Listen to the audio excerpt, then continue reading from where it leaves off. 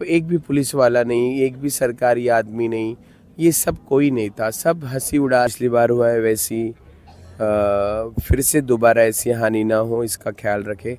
अपना ख्याल रखने, आप अपना ख्याल रखिए, अपने आसपास के लोगों का ख्याल रखिए। जनहित इंडिया न्यूज़ संगम पर आज हमारे साथ हैं महामंडलेश्वर किन्नर अखाड़ा पवित्रानंद गिरी जी महाराज। माता जी, बहुत बहुत धन्यवाद जुड़ने के लिए, आप बात करने के लिए। आज के स्नान पर क्या कहेंगी आप? जय श्री महाकाल, ओम नमो नारायण। बहुत बहुत बधाई है बसंत पंचमी के स्नान की। और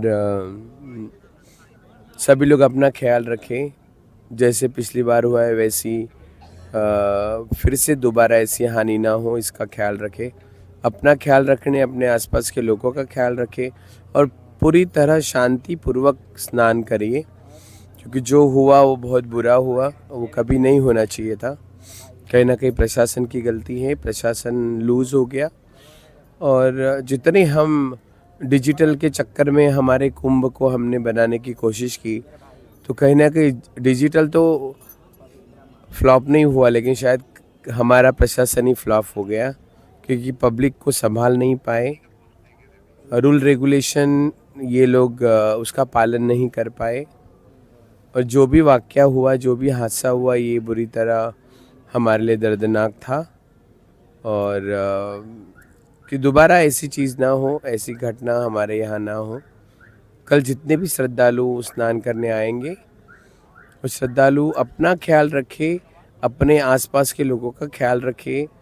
गंगा में इतने सारे घाट बने हैं, इतने सारे घाट बने हैं कि आप कहीं पे भी जाके नहा सकते हो।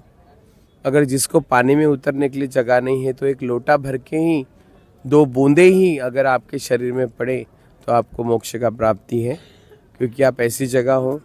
144 साल बाद आने वाला ये जो पर्व है, सारे देवी देवता, सारे तारे ग्रह हमारे इस बार तीर्थराज नगरी में हैं। तो मुझे लगता है कि सभी ने अपना ख्याल रखते हुए दूसरों का ख्याल और अच्छे से रखना चाहिए। स्नान इतना ज़रूरी है, तो हम 2 बूंद भी अपने शरीर पे डाल सकते हैं और अपने आप को मुक्त कर सकते हैं। लगातार आरोप लग रहे हैं कि जो 29 तारीख घटना हुई थी उसमें मृतकों की संख्या ज़्यादा हो सकती है, लेकिन शासन प्रशासन उसको छुपा रहा है। इस पर क्या आपका क्या वक्तव्य है?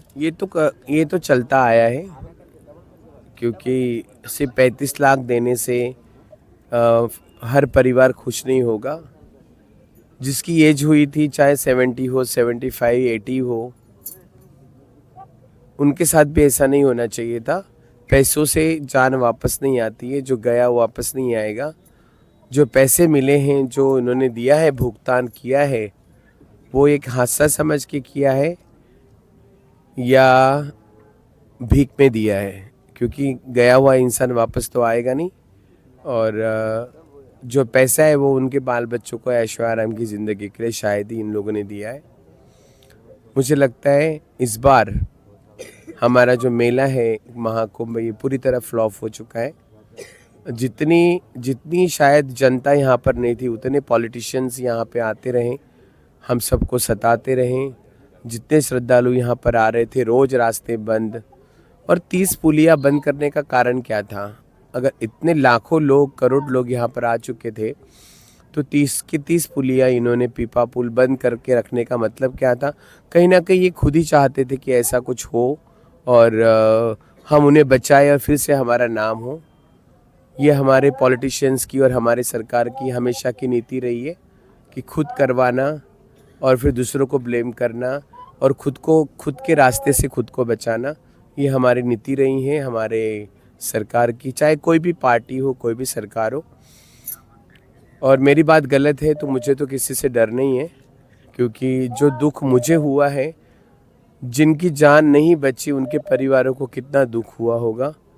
पैसा देके किसी को तुम हंसी या मुस्कुराहट नहीं ला सकते। और बहुत ही बड़ा दर्दनाक हादसा झूसी में हुआ है, संगम पे हुआ है। तो क्या प्रशासन सोया हुआ था या प्रशासन को कुछ पता नहीं था? ज़बरदस्ती सीआरपीएफ और बीएसएफ और ये वो टमका फलाना बिस्ताना दुनिया को जमा किया हमारा बड़कपन दिखाने के लिए। ये नहीं होना चाहिए था।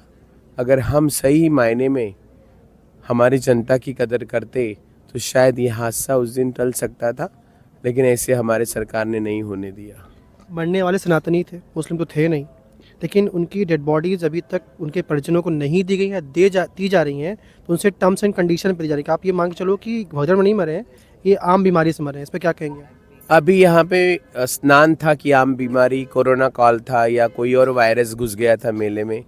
अगर ऐसा था तो इसकी पहले ही हमारा परीक्षण होना चाहिए था। अभी सरकार अपनी बदनामी से, अपनी बातों से मुकर रहा है और सरकार की ये बहुत गंदी नीति है और इस गंदी नीति का जवाब जनता देगी और सरकार इसका भुगतान ज़रूर भोगेगा। झूसी वाली घटना को सरकार स्वीकार नहीं कर रही, इस पर क्या कहेंगे आप? झूसी वाली घटना तो ऐसी हुई कि जेसीबी से उठाए गए जो भी मृतक गिरे थे, मैं उधर थी। मैं जिस दिन स्नान करके वापस आई, हम तो गए नहीं, लेकिन जब हम अखाड़ा वापस आ रहे थे तो मैं खुद लिटरली रोई मैं गाड़ी में बैठ के कि मुझे खुद को डर लग रहा था यहाँ अगर कुछ हो जाता है तो शायद मेरी गाड़ी भी नहीं बचती या जो गाड़ी में बैठे हुए हम सभी वो भी नहीं बचते, क्योंकि इतने छोटे छोटे बच्चे 4 महीने के, 5 महीने के, उनको जाने को रास्ता नहीं, लोग रो रहे हैं। एजेड जो थे 70-80s बुज़ुर्ग थे वो भी इतना परेशान थे। तब वहाँ पे एक भी पुलिस वाला नहीं, एक भी सरकारी आदमी नहीं, ये सब कोई नहीं था। सब हंसी उड़ा रहे थे एक दूसरे की। लेकिन ये क्या है फिर, जब हमने इतना परिकल्पना के साथ हमने महाकुंभ, दिव्य कुंभ 2025 का डिजिटल कुंभ बनाया है, तो कहीं ना कहीं हमारे हाथ में सारी चीज़ें थी और हमने सिर्फ हमारे बड़कपन के लिए, दिखावे के लिए हमने कई लोगों की जान ले ली और आज उसका भुगतान सरकार भोगेगी, ये पक्की बात है। जनता से क्या अपील करना चाहती श्रद्धालुओं से? श्रद्धालु से मैं ये अपील करना चाहती हूँ कि कल का जो स्नान है, बसंत पंचमी, आने वाला महाशिवरात्रि, आप अपना ख्याल रखिए, अपने आसपास के लोगों का ख्याल रखिए। ज़्यादा बच्चे बुजुर्ग इस स्नान में ना आए। अगर आए भी हो, यहाँ पे वो पहुँच भी गए हो, तो अपने अपने टेंट में, अपनी जगह में रहें। जैसे भीड़ कम हो जाती है, गंगा कहीं नहीं जा रही, गंगा का पानी कभी ख़त्म नहीं होगा और तुम्हारे मोक्ष प्राप्त नहीं होगा। लेकिन जो बेचारे अज्ञातवास में मरे हैं उनको तो ज़रूर भगवान मोक्ष प्राप्त करे। और सब अपना ख्याल रखें, अच्छे से स्नान करें और अपने परिवार को सुखी रखें। धन्यवाद बात करने के लिए। महाकुंभ की जो दशा है, दुर्दशा है, वो देखते बन रही है और उसकी सच्चाई हमारे सामने रखी है। महामंडलेश्वर किन्नर अखाड़ा पवित्रानंद गिरी जी महाराज ने बहुत बता स्वीकारा कि घटना जो हुई थी वो बहुत भयावह घटना थी और प्रशासन का वो पूरा फेल्योर था। प्रशासन जानबूझ करके अभी भी मृतकों के आंकड़ों को छुपा रहा है, जो कि बहुत निंदनीय है। जो 30 की संख्या बताई जा रही है, लोगों का अनुमान है, लोगों जो प्रत्यक्षदर्शी थे उन्होंने कहा कि नहीं, ये तो बिल्कुल हो सकता नहीं है, आंकड़े कहीं ज़्यादा हैं। लेकिन सरकार की मंशा क्या है, सरकार क्यों छुपा रही है, इस सब पर चर्चा चलती रहेगी। जय हिंद, जय भारत।